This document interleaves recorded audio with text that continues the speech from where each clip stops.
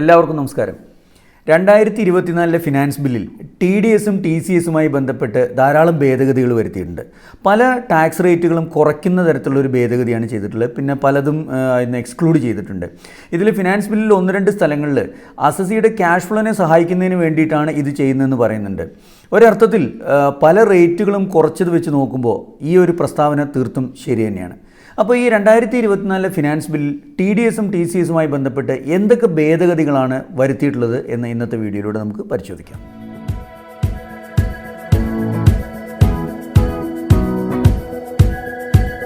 ഇതിലേറ്റവും പ്രധാനപ്പെട്ടതും ഏറ്റവും സ്വാഗതാർഹവുമായിട്ടുള്ളൊരു തീരുമാനം എന്നുള്ളത് TDSൻ്റെ റേറ്റ് കുറച്ചതുമായി ബന്ധപ്പെട്ടാണ്. അതായത് ഇൻഷുറൻസ് കമ്മീഷൻ 194D, ഇൻഷുറൻസിൻ്റെ പേയ്മെൻറ്റ് 194DA, അതേപോലെ തന്നെ ബ്രോക്കറേജ് കമ്മീഷൻ, ഇത്തരം കാര്യങ്ങൾക്കൊക്കെ TDS റേറ്റ് നിലവിലുണ്ടായിരുന്ന 5% ആണ്. അത് 5% നിന്നും 2% ആയിട്ട് കുറച്ചു.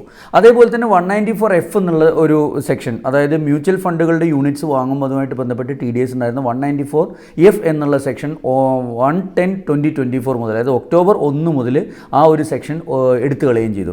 അപ്പോൾ ചുരുക്കി പറഞ്ഞു കഴിഞ്ഞാൽ 4-5 സെക്ഷനുകളിൽ നമ്മളുടെ നിലവിലുള്ള TDS റേറ്റ് 5% നിന്നും 2% ചുരുക്കിയിട്ടുണ്ട്. അപ്പോൾ അത് ഏതൊക്കെ റേറ്റുകളാണ് ചുരുക്കിയിട്ടുള്ളത് എന്ന് ഞാൻ ഒരു ടേബിൾ ഇവിടെ സ്ക്രീനിൽ കൊടുത്തിട്ടുണ്ട്. നിങ്ങളത് ശ്രദ്ധിച്ചു കഴിഞ്ഞാൽ ഇപ്പോൾ നിലവിൽ 5% എത്രയാണ്, അത് 2% ആക്കിയത് ഏതൊക്കെ സെക്ഷനിലാണെന്ന് നിങ്ങൾക്ക് മനസ്സിലാവും.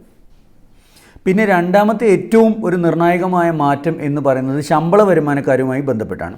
ശമ്പള വരുമാനക്കാരുടെ TDS വരുന്നത് സെക്ഷൻ 192ലാണ്. അപ്പോൾ ഈ സെക്ഷൻ 192ൽ 1/10/2024 മുതൽ 192(2)B എന്ന ഒരു സെക്ഷനും കൂടി ഇതിൽ ആഡ് ചെയ്തു. അപ്പോൾ അതിൽ പറയുന്നതെന്ന് വെച്ചാൽ നിലവിൽ ശമ്പള വരുമാനക്കാർക്ക് മറ്റ് പല സ്രോതസ്സുകളിൽ നിന്നും ഉള്ള ഇൻകം, മറ്റ് പല സോഴ്സുകളിൽ നിന്നുള്ള ഇൻകം ആഡ് ചെയ്തിട്ടാണ് total employer TDS liability work out ചെയ്യേണ്ടത്. പക്ഷേ അത്തരം കേസുകളിൽ മറ്റേതൊക്കെ സോഴ്സിൽ നിന്ന് ഇൻകം ഉണ്ടെങ്കിലും ആ സോഴ്സിൽ നിന്നെല്ലാം വരുന്ന TDSും TCSും കൂടി കൺസിഡർ ചെയ്യണം. TCS കൺസിഡർ ചെയ്യേണ്ട ഒരു കാര്യം ഇതുവരെ പറഞ്ഞിട്ടുണ്ടായിരുന്നില്ല. അതിന് വേണ്ടിയിട്ടാണ് ഈ 2B എന്നൊരു സെക്ഷൻ ആഡ് ചെയ്തിട്ട്, അപ്പോൾ നിലവിൽ ഒരു ശമ്പളം വരുമാനമായിട്ട് ലഭിക്കുന്ന ഒരാളെ സംബന്ധിച്ചിടത്തോളം മറ്റേതൊക്കെ സോഴ്സിൽ നിന്ന് നിങ്ങൾക്ക് വരുമാനം വരുന്നുണ്ടെങ്കിൽ അതെല്ലാം ആഡ് ചെയ്തിട്ടാണ് സാധാരണഗതിയിൽ എംപ്ലോയർ TDS പിടിക്കുന്നത്. അപ്പോൾ അങ്ങനെ എംപ്ലോയർ TDS പിടിക്കുന്ന സമയത്ത് ആ എംപ്ലോയറെ സംബന്ധിച്ചിടത്തോളം എന്തൊക്കെ TDS ഈ പറഞ്ഞ അസസിക്കുണ്ടോ അതെല്ലാം കൺസിഡർ ചെയ്യണം. അതേപോലെ തന്നെ എന്തെങ്കിലും തരത്തിലുള്ള TCS ഉണ്ടെങ്കിൽ അതുകൂടി കൺസിഡർ ചെയ്തിട്ട് ബാലൻസ് എമൗണ്ടിന് മാത്രം TDS പിടിച്ചാൽ മതി എന്നുള്ളൊരു പ്രൊവിഷൻ വന്നിട്ടുണ്ട്. ഇത് ശമ്പള വരുമാനക്കാരെ സംബന്ധിച്ചിടത്തോളം വളരെ സ്വാഗതാർഹമായിട്ടുള്ള ഒരു തീരുമാനം തന്നെയാണ്. നിങ്ങളുടെ TDS ലയബിലിറ്റി, അതായത് അഡ്വാൻസ് ടാക്സ് ലയബിലിറ്റി എന്നുള്ളത് വളരെയധികം കുറയാനുള്ള ചാൻസ് ഉണ്ട്. മൂന്നാമത്തെ ഒരു ഭേദഗതി എന്ന് പറയുന്നത് ഫ്ലോട്ടിംഗ് റേറ്റ് സേവിങ്സ് ബോണ്ടുകളുടെ അതേപോലെ തന്നെ സെക്യൂരിറ്റീസിൽ കിട്ടുന്ന ഇൻട്രസ്റ്റിന് ഒരു TDS ഏർപ്പെടുത്തി എന്നുള്ള അതിനൊരു റേറ്റും വെച്ചിട്ടുണ്ട്.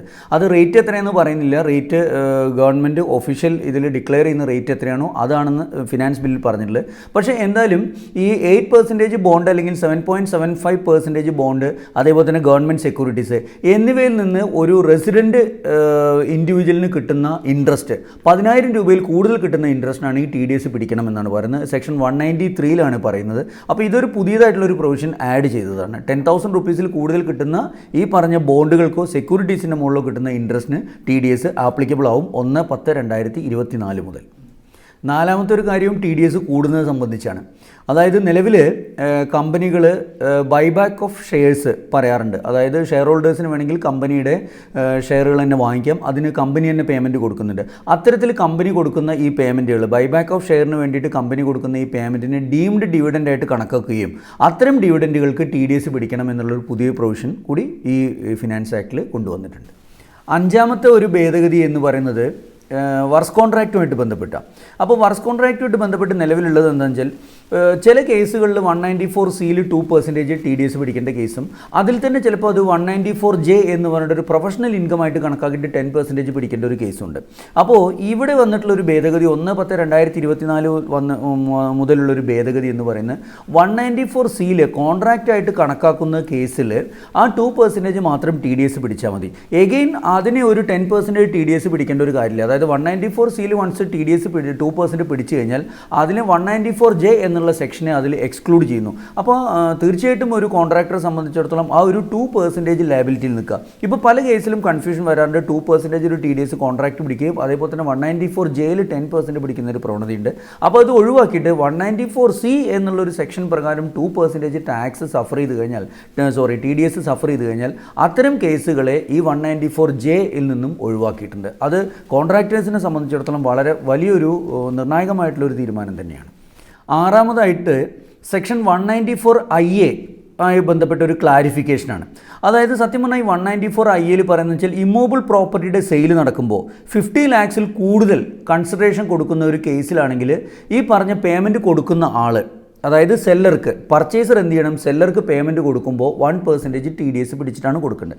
അപ്പോൾ ഇവിടെ ഒരു ക്ലാരിറ്റിയുടെ കുറവുണ്ടായിരുന്നു. അതായത് അതിൽ പല ആളുകളും ഇൻ്റർപ്രറ്റ് ചെയ്യുന്നതെന്ന് വെച്ചാൽ ഒരു പ്രോപ്പർട്ടിയുടെ ട്രാൻസാക്ഷൻ അല്ല ഇവിടെ വരുന്നത്. ഒരാൾക്ക് കിട്ടുന്ന എമൗണ്ട് 50 ലക്ഷം രൂപയിൽ കൂടുതലാണെങ്കിൽ മാത്രം TDS പിടിച്ചാൽ മതി എന്നുള്ളൊരു നിഗമനത്തിലാണ് എത്തിയിട്ടുണ്ടായിരുന്നത്. അതുകൊണ്ട് ആ ഒരു ടോട്ടൽ കൺസിഡറേഷൻ എത്രയാണെങ്കിൽ പോലും ഒരാൾക്ക് കൊടുക്കുന്ന എമൗണ്ട് 50 ലക്ഷം രൂപയാണെങ്കിൽ അതിന് TDS പിടിക്കേണ്ട എന്നുള്ളൊരു ഇതിനാണ്. അതിന് സപ്പോർട്ടിംഗ് ആയിട്ടുള്ളൊരു judgement Vinod Soni versus income tax officer എന്നുള്ള ഒരു ജഡ്ജ്മെൻറ്റ് 2018 വളരെ സ്പെസിഫിക് ആയിട്ട് പറഞ്ഞിട്ടുണ്ടായിരുന്നു. എന്താ വെച്ചാൽ ഇത് ഒരു ഇൻഡിവിജ്വലിനെ സംബന്ധിച്ചിടത്തോളം കിട്ടുന്ന എമൗണ്ട് 50 lakhsൽ താഴെയാണെങ്കിൽ TDS പിടിക്കേണ്ട, ടോട്ടൽ എമൗണ്ട് കൺസിഡർ ചെയ്യേണ്ട എന്നുള്ളതാണ് ഈ ജഡ്ജ്മെൻറ്റിൽ പറഞ്ഞില്ല. പക്ഷേ ആ ജഡ്ജ്മെൻറ്റിനെ മറികടക്കാവുന്ന രൂപത്തിൽ ഈ ഒരു പറഞ്ഞ സെക്ഷനിൽ അതിൻ്റെ ഒരു ഇൻ്റർപ്രിട്ടേഷന് ക്ലിയർ ചെയ്യാവുന്ന രൂപത്തിൽ സെക്ഷൻ 194IAയിൽ ഒരു സബ്സെക്ഷൻ 2 കൊണ്ടുവന്നു. അതിൽ പറയുന്നത് എന്താ വെച്ചാൽ ഈ ടോട്ടൽ വാല്യൂ ഓഫ് ദ പ്രോപ്പർട്ടിയാണ് കൺസിഡർ ചെയ്യേണ്ടത്. ഇപ്പം ഞാൻ നേരത്തെ പറഞ്ഞൊരു എക്സാമ്പിൾ ആണെങ്കിൽ 1,20,000 രൂപ, 1,20,00,000 രൂപ വാല്യൂ ഉള്ള ഒരു പ്രോപ്പർട്ടി 3 പേര് കൂടിയിട്ടാണ് വിൽക്കുന്നതെന്ന് വിചാരിക്കുക. അങ്ങനെയാണെങ്കിൽ ഓരോ ആളുകളുടെ കൺസിഡറേഷൻ 40 ലക്ഷം രൂപയാണെങ്കിൽ നിലവിലുള്ള പ്രൊവിഷൻ പ്രകാരവും അതേപോലെ തന്നെ വിനോദ് സോണി വേഴ്സസ് ITO എന്ന കേസ് പ്രകാരവും പറയുന്നത് എന്താണെന്ന് വെച്ചാൽ 40 ലക്ഷം രൂപയാണ് ഒരാൾക്ക് കിട്ടുന്ന പ്രതിഫലം എന്നുള്ളത് കൊണ്ട് അദ്ദേഹത്തിൻ്റെ കയ്യിൽ നിന്ന് TDS പിടിക്കേണ്ട, total consideration of the property ഇവിടെ കൺസിഡർ ചെയ്യേണ്ട കാര്യമില്ല, TDS പിടിക്കേണ്ട എന്ന് പറയുന്നു. പക്ഷേ ഇവിടെ ഈ 194IAയിൽ ഒരു സബ്സെക്ഷൻ 2 കൊണ്ടുവന്നിട്ട് പറയുന്നത് വെച്ചാൽ irrespective of the individual share total value of the property അല്ലെങ്കിൽ total value of the consideration more than 50 lakhs ആണെങ്കിൽ തീർച്ചയായിട്ടും 1% TDS പിടിക്കണം എന്നാണ്. അപ്പോൾ സത്യത്തിൽ ഇതുവരെയുള്ള ആ ഒരു കൺഫ്യൂഷൻ, ഒരുപാട് ആളുകൾക്ക് കൺഫ്യൂഷൻ ഉണ്ട്. എന്നെ ഒരുപാട് ആൾക്കാർ വിളിച്ചിട്ട് സംശയങ്ങൾ ചോദിച്ചതാണ്.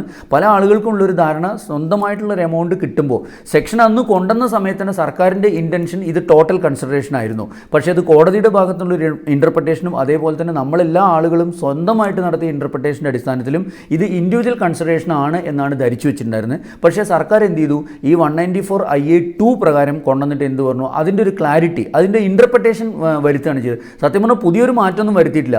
ആ ഇൻ്റർപ്രിട്ടേഷൻ ക്ലിയർ ചെയ്തു. ഞങ്ങളുടെ ലെജിസ്ലേറ്റീവ് ഇൻറ്റൻഷൻ എന്ന് പറഞ്ഞു കഴിഞ്ഞാൽ total consideration of the property more than 50 lakhs ആണെങ്കിൽ തീർച്ചയായിട്ടും നിങ്ങൾ TDS പിടിക്കണം എന്ന് തന്നെയാണ് ഞങ്ങൾ ഉദ്ദേശിച്ചിട്ടുണ്ടായിരുന്നത് എന്ന് ഈ സെക്ഷൻ 194IA2 പ്രകാരം ക്ലാരിറ്റി വരുത്തി. അപ്പോൾ ചുരുക്കി പറഞ്ഞു കഴിഞ്ഞാൽ ഇനി മുതൽ തീർച്ചയായിട്ടും ഒരു പ്രോപ്പർട്ടിയുടെ വാല്യൂ അത് നിങ്ങൾ 3, 4, 5 പേരുണ്ടെങ്കിലും ഒരു പ്രോപ്പർട്ടിയുടെ കൺസിഡറേഷൻ 50 lakhsൽ കൂടുതലാണെങ്കിൽ തീർച്ചയായിട്ടും TDS പിടിച്ചിട്ട് 1% TDS പിടിച്ചിട്ട് 26QBയിലോ അല്ലെങ്കിൽ 27QBയിലോ നിങ്ങൾ TDS റിട്ടേൺ ഫയൽ ചെയ്യൽ നിർബന്ധമാണ് എന്ന് തന്നെയാണ് ഇതിൽ പറയുന്നത്. എട്ടാമത്തെ ഒരു ഭേദഗതി എന്ന് പറയുന്നത് NRIസിന് സന്തോഷം തരുന്ന ഒരു ഭേദഗതിയാണ്. അതായത് നിലവിൽ long term capital gain, short term capital gain എന്നിവയിലുള്ള TDS NRIയെ സംബന്ധിച്ചിടത്തോളം ആണെങ്കിൽ അതൊരു ഹയർ റേറ്റും റെസിഡൻറ്റിന് ഇത് കുറഞ്ഞ റേറ്റും ആയിരുന്നു. ഇപ്പോൾ ഈ പറഞ്ഞ സെക്ഷനുകളൊക്കെ 115ലും എല്ലാം ഭേദഗതി വരുത്തിയിട്ട് 112, 11A, 112A തുടങ്ങിയ എല്ലാ സെക്ഷനുകളിലും ഉള്ള TDS rate long term capital gain ആണെങ്കിലും ഷോർട്ട് ടേം ക്യാപിറ്റൽ ഗെയിൻ ആണെങ്കിലും അത് നോൺ റെസിഡൻറ്റിനും റെസിഡൻറ്റിനും ഒരേ റേറ്റാക്കി മാറ്റി.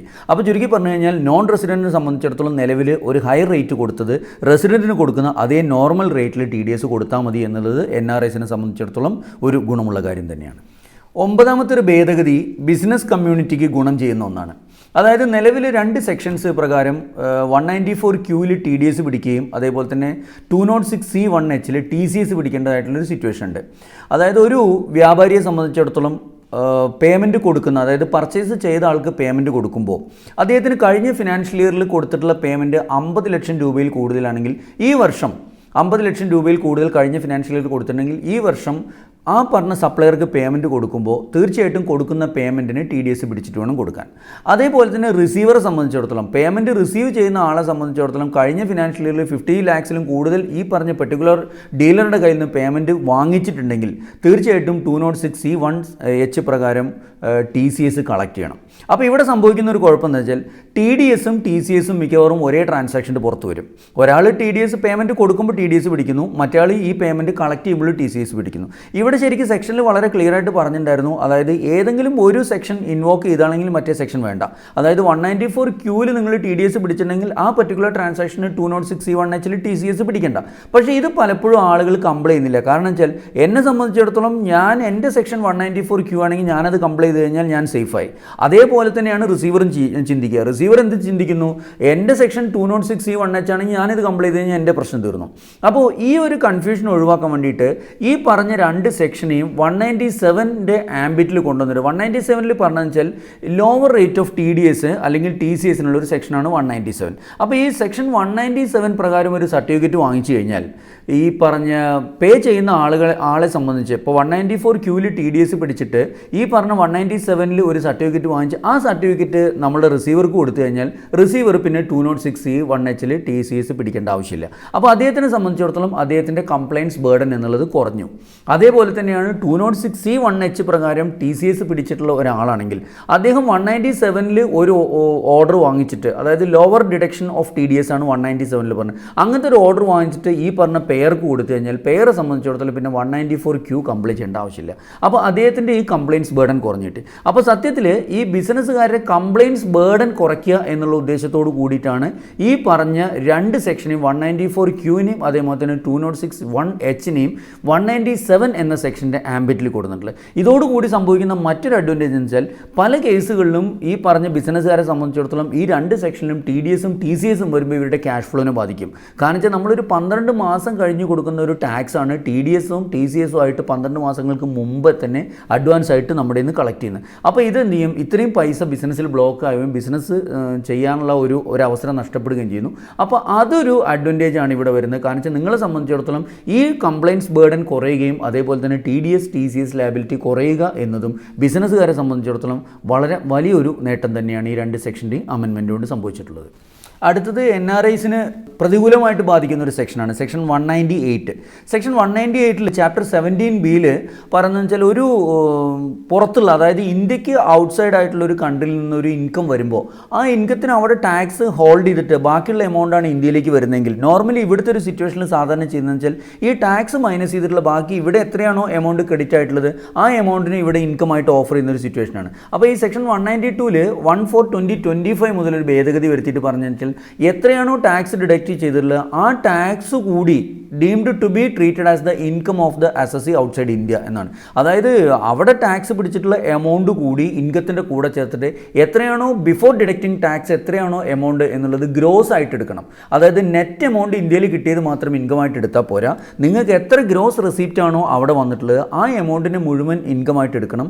ടി ഡി എസിനെ ഇൻകത്തിൽ നിന്നും ഒഴിവാക്കിയിട്ടില്ല എന്നുള്ള വളരെ സ്പെസിഫിക് ആയിട്ട് ഈ സെക്ഷൻ 198ൽ പറഞ്ഞിട്ടുണ്ട്. അതിൻ്റെ എഫക്റ്റ് വരുന്നത് 1/4/2025 മുതലാണ്. അടുത്തത് 11ാമത്തെ ഏറ്റവും റെലവൻ്റ് ആയിട്ടുള്ളൊരു ഭേദഗതി എന്ന് പറയുന്നത് ടി ഡി എസ് അല്ലെങ്കിൽ ടി സി എസുമായിട്ട് ബന്ധപ്പെട്ട സ്റ്റേറ്റ്മെൻറ്റ് ഫയലിങ്ങിലാണ്. നോർമലി ഇപ്പോഴത്തെ അവസ്ഥയിൽ ടി ഡി എസിൻ്റെയും ടി സി എസിൻ്റെയും സ്റ്റേറ്റ്മെൻറ്റുകൾ സെക്ഷൻ 200ലും സെക്ഷൻ 206(c)ലും ഫയൽ ചെയ്യുന്നത് നോർമൽ ടൈമിലായിരിക്കും. കാരണം വെച്ചാൽ ഒറിജിനൽ റിട്ടേൺ ഫയൽ ചെയ്യാൻ ഒരു ടൈം ലിമിറ്റ് പറഞ്ഞിട്ടുണ്ട്. ആ ഒറിജിനൽ റിട്ടേൺ മിക്കവാറും ആളുകൾ ടൈം ലിമിറ്റ് ഫയൽ ചെയ്യും. കാരണം വെച്ചാൽ ടൈം ലിമിറ്റ് കഴിഞ്ഞ് കഴിഞ്ഞാൽ പെർ ഡേ ഫൈനാണ് വരുന്നത്. അത് എല്ലാവർക്കും അറിയാം. അതുകൊണ്ട് എന്ത് ചെയ്യും, കൃത്യമായിട്ട് ഫയൽ ചെയ്യും. പക്ഷേ ഇവിടെ സംഭവിക്കുന്നതെന്ന് വെച്ചാൽ ഇതുമായി ബന്ധപ്പെട്ട കറക്ഷൻ സ്റ്റേറ്റ്മെൻറ്റുകൾ സെക്ഷൻ 200ലാണെങ്കിലും സെക്ഷൻ 206(c)ലാണെങ്കിലും കറക്ഷൻ സ്റ്റേറ്റ്മെൻറ്റ് മൾട്ടിപ്പിൾ ടൈംസിൽ നിങ്ങൾക്ക് ഫയൽ ചെയ്യാൻ പറ്റും. അതായത് ഏത് ഫിനാൻഷ്യൽ ഇയറുമായിട്ട് ബന്ധപ്പെട്ട് എത്ര പ്രാവശ്യം വേണമെങ്കിലും ഈ കറക്ഷൻ സ്റ്റേറ്റ്മെൻറ്റ് ഫയൽ ചെയ്യാം.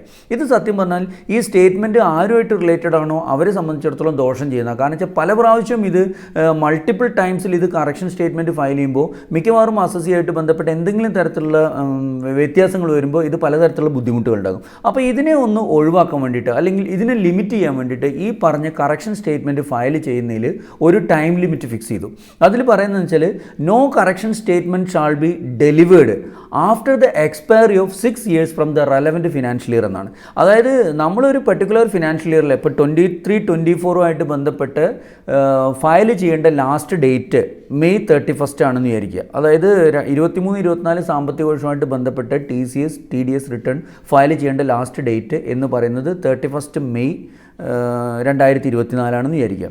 അങ്ങനെയാണെങ്കിൽ അന്ന് മുതൽ, അതായത് March 31 മുതൽ 6 വർഷത്തിനുള്ളിൽ നിങ്ങൾ കറക്ഷൻ സ്റ്റേറ്റ്മെൻറ്റ് ഫയൽ ചെയ്യണം. 6 വർഷത്തിന് ശേഷം ഒരിക്കലും നിങ്ങൾക്ക് ഈ പറഞ്ഞ section 200 section 206 correction statement file ചെയ്യാൻ പറ്റില്ല. അത് സബ്സെക്ഷൻ 3 ഇത് വളരെ സ്പെസിഫിക് ആയിട്ട് പറഞ്ഞിട്ടുണ്ട്. അതുകൊണ്ട് കറക്ഷൻ സ്റ്റേറ്റ്മെൻറ്റ് സംബന്ധിച്ചിടത്തോളം പരമാവധി തെറ്റുകൂടാതെ തന്നെ നേരത്തെ തന്നെ റിട്ടേൺ ഫയൽ ചെയ്യാൻ ശ്രമിക്കുക. ഇൻ കേസ് എന്തെങ്കിലും കറക്ഷൻസ് ഉണ്ടെങ്കിൽ അത് 6 വർഷത്തിനുള്ളിൽ തന്നെ നിർബന്ധമായിട്ടും ഫയൽ ചെയ്യാനുള്ള ഒരു ഓപ്പർച്യൂണിറ്റി ഉപയോഗിക്കുക എന്നുകൂടി അവസരത്തിൽ പറയുന്നു. അടുത്ത 2 പ്രധാനപ്പെട്ട ഭേദഗതി ഈ പറഞ്ഞ പോലെ തന്നെ TCSും TDSുമായിട്ട് ബന്ധപ്പെട്ട ഓർഡറുകളുടെ അതേപോലെ തന്നെ കറക്ഷൻ സ്റ്റേറ്റ്മെൻറ്റുകളുടെയാണ്. ഞാൻ നേരത്തെ സൂചിപ്പിച്ചു കറക്ഷൻ സ്റ്റേറ്റ്മെൻറ്റുകൾ ഫയൽ ചെയ്യാനുള്ള ഒരു സമയപരിധി. ഇപ്പോഴത്തെ ഒരു സാഹചര്യത്തിൽ കറക്ഷൻ സ്റ്റേറ്റ്മെൻറ്റുകൾ പ്രോസസ്സ് ചെയ്യുന്ന ഒരു മെത്തേഡ് ഉണ്ടായിരുന്നില്ല. അപ്പോൾ ഈ സെക്ഷൻ 200A എന്നുള്ള ഒരു സെക്ഷൻ വൈഡൻ ചെയ്തിട്ട് ഈ പറഞ്ഞ കറക്ഷൻ സ്റ്റേറ്റ്മെൻറ്റുകളെ കൂടി സെക്ഷൻ 200Aയുടെ ഡെഫിനിഷനിൽ കൊണ്ടുവന്നു. അപ്പോൾ നിങ്ങളൊരു കറക്ഷൻ സ്റ്റേറ്റ്മെൻറ്റ് ഫയൽ ചെയ്ത് കഴിഞ്ഞാൽ അതും പ്രോസസ്സ് ചെയ്യണം എന്നുള്ള ഒരു നിയമം കൊണ്ടുവന്നു.